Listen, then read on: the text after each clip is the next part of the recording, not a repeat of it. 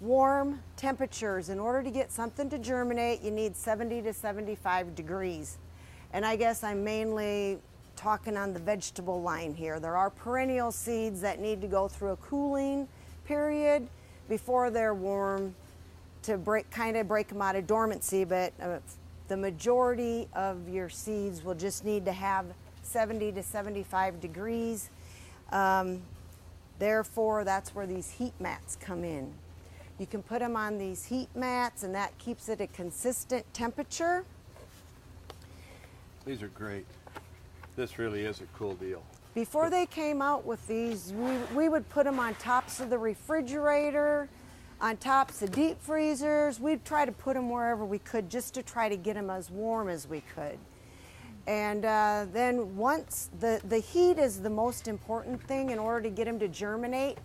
Once they germinate and you start seeing the little green sprouts come up, then you need to get them to light, to some kind of sunlight. Whether if you don't have the light, then there's grow lights, and that's where these germination stations come in handy, as they have a light in there. The heat. There's not a light in there. Oh, I'm sorry. I thought it just has the heat mat, heated one in there. Heat mat and one of these right here, one of those trays. There are, I mean, you can build little stations to where you could get the light above it if you don't have the natural sunlight to give it. If you put it in your windowsill, it'll start growing towards the light. So you need to keep rotating it. Another thing that they need once they come up is air, some kind of air, so that it can make a little bit sturdier plant for you. The key word that Audrey said early on was dampening off. Once the seed germinates and it gets to be a half to 1 inch tall, then this little plastic greenhouse cover comes off of those trays, or comes off the seedling, and the whole seed tray comes off of the heat, this little heat mat that we're talking about. They're kind of like nurturing all of us when we're little. You know, you think about raising kids and stuff like that, or raising families. And you start out and we really take care of them, we keep them warm and stuff, so you kind of think about that. We just kind of, it sounds kind of goofy, but put yourself in the container, okay? As a seedling and stuff, the germination time is we need it to be warm and stuff. 70 to 75 degrees, that's the reason for the heat mat. Once we germinate and the plants germinate and we start to kind of see what's going on in the world, you lift that cover off a little bit. So you take the humidity away from it. It's kind of a weaning process. Get the humidity away, and then that seedling that's a half to 1 inch tall will start to harden off, which means they'll get the weakness of them where they're kind of laying down. All of a sudden they kind of stiffen up a little bit and they get used to a lot of nice air temperatures and stuff. Then the next thing and stuff is once they get rooted out in here. So this is all going to happen either in the seed trays or in the individual little pots like that. You can take and direct sow those, or directly plant those right into the garden after the danger of frost. There's a jump between the seed trays, the full little 4-packs. If you're running ahead of schedule, you're running behind. Plants are pretty forgiving, just like all of us are to each other. You can transplant up one size farther. So this is when you want to probably start moving these things outside during the daytime. You want to make sure that these plants are really getting used to the outdoor temperatures and the light and the temperature fluctuation. Now you're going in from 40 or 50 degree nights up to 75 degree days. So this plant starts hardening off and it starts doing this. In the warmth of the day they'll grow, in the coolness of the night they'll harden off. So it's just kind of this growing cycle like this. That's where you avoid, somebody said earlier when they were here, well, my seedlings keep getting about this tall. Well, they do because you're starting them too early, which isn't a bad thing. I mean, grow a flat of marigolds in January just to know that spring will come if you want. And but you can move them up into a pot size. Those are plants that will probably never do well outside, but they're acclimated to indoor growing. So you can grow them into, these are core pots. This is the new peat moss replacement. These are made out of coconut fiber, and they are, we grew a lot of plant material in these over the last 2 seasons, and the root system just pokes out of those, and boy, they're gorgeous. And you just break the top edge off and plant them right in the ground. Cool pot to do that. If you're growing something bigger, they come into about a 5 to 6 inch core pot also. So again, if you hold that up to the light and stuff, you can see through it, but they're tight enough to where the root system doesn't dry down or burn up on them. So there's lots of ways to go, and if you want to just get kind of funky, you can grow seeds right in eggs, and the kids can do this, and this is kind of fun. You just crack that egg open and stuff, stick them right on a little pot of soil and stuff, and just watch them come out, and the root system will go down. You can plant the whole thing. It's about as organic as it gets. Kind of a nice little container. But you can use egg cartons. You can grow things in egg cartons if you want to. If you want to really get green and organic, you can grow them in anything you want to. So if you're going to use old pots to repot things into, make sure you wash them real good with soap and water so that you're not carrying forth a problem that might have been started last year in that soil. And start the soil over. I always start with fresh soil in containers. Don't reuse your garden soil. And another thing that just came to my mind when watering, use either room temperature or a little bit warm water. Don't ever water any of your house plants or seedlings for sure with cold water. You always, you put your finger under the faucet, and even if you can like have a jug that just sits out at room temperature, that does really help with some of these fragile plants and stuff. The cold water just is like us jumping into a cold swimming pool, you know how that feels. That's kind of what it does to them little seedlings. And one thing about these pots too is that you can just put these right into the ground, whereas these guys, you don't want to pull out the little, you want to maybe just, help it along by squeezing a little bit, that. Push them up from the bottom. Yeah, push them up from the bottom.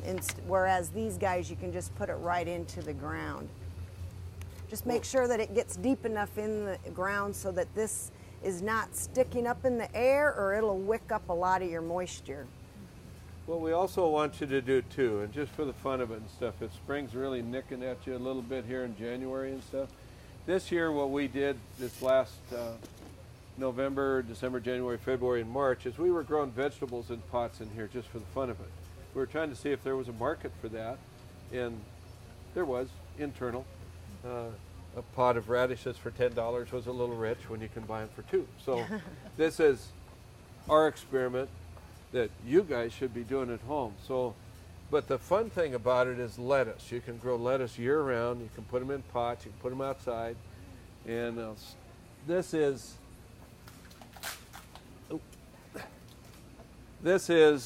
obviously one kind of lettuce right here. So, but we'll grow them in a little bit bigger pot, and you can cut these twice, and then they're done, basically. So you want to sow the seedlings about a week or 10 days apart. So you have this crop rotation. So plant about 6 sets of them, 6 weeks apart. Then it's time that you can almost start moving things outside.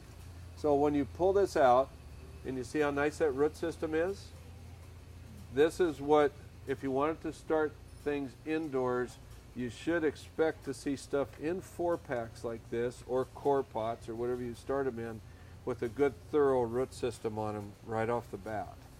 If, like lettuce and stuff, if you're growing in square foot gardens, and you can look at our sample one that's over here, we have a little square foot garden, and we can grow lettuce in that thing starting April 1st. We put a piece of plastic over the top of it so it kind of thinks it's in a little greenhouse. Soil temperature comes up and we're off and running. And we'll have lettuce by the 1st of May. So it's kind of fun that way. When it gets real hot, the cool crop things, they don't like it real hot. So that's the time that you spin off and move it on the north side and grow it in the shade, or however you want to do that. But there's lettuce. We have some lettuce. We have some strawberries. Now strawberries, you can start these. You generally start these from dormant stock, and these can go in the ground right away. And we've got a really good Gardening Today online that's just talks about strawberries. Just go to our website and talks about growing strawberries in Montana. And these are great because they're tough. I mean, these guys are really tough. And then these guys, these are the snow peas, like what you use in Asian cooking and stuff. You know, that's really good. You can stand there and just pick them off and eat them too. So, just be real careful. The main thing is read the seed packets. There's things you can grow inside 1 month ahead of schedule, before May 15th. You can push the envelope a little bit if you want to plant some stuff in May 1st. Then you do 3 plantings of stuff. So plant on May 1st, May 15th, and May 30th for your install dates. Of course, it depends on your graduation dates and boating dates and camping dates and all the other stuff that are really important to families. So one thing, you know, we're kind of spoiled when we buy a plant already going like this, that it tells us, once again, all the information, it tells us what it is, and we have it. So that's one thing when we do seeds, we really have to remember is have a marker it does not wash off, mark everything. Last year I had seeds, and when I did okay when I had them in the flat. When I went to start putting them into a bigger container, I just put like 1, you know, thinking I'd remember what all was in there. You really don't waste space on or time on your not putting the seeds in, or tags in, because it really is important. Everything looks the same when you start having all these little green guys coming up. So two other things, and then what we can do is we can kind of wind it down a little bit. I don't know how we're doing on time. We'd like to show you our seed chamber also. Yeah, that's really cool. Back here, we would like you to see our seed chamber. That's a little bit, you know. And that will definitely get you revved up. There is 2 other things too, that some of the seed is so fine that you can't really hold on to it to transplant it.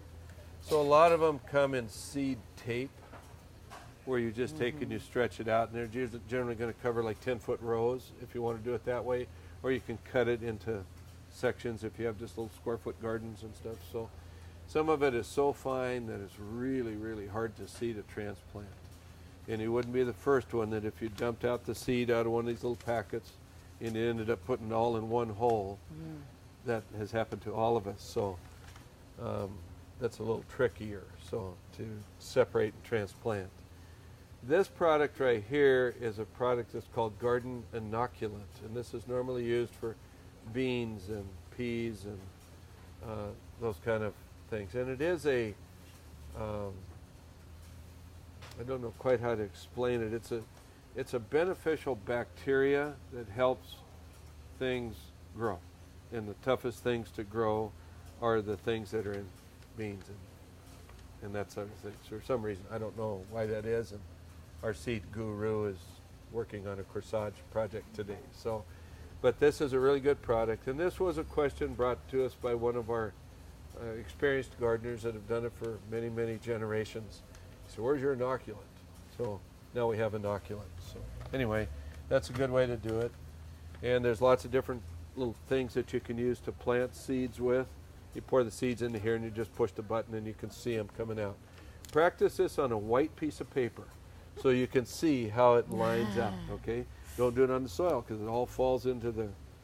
And there's other tools that we have too, like this, that will help plant seed until you get real good at it. Then you can kind of do that. So. Another little trick with that the really fine seeds, and I know that this might not sound real healthy, but if you just go like this and put your little finger on it, it'll just pick up 1 or 2, and then you can put it into your soil. Don't try to dip it in water because that's a little bit too much, but if you're only doing your own seeds, it doesn't matter if you put your own spit on your little finger, but that's... Another real quick mention, the seed comes in lots of different formats to us. We do a direct sow on a lot of our herb seeds here that we grow here. We also buy herbs that are finished herbs, and they are organically grown from a company out of Mount Vernon, Washington.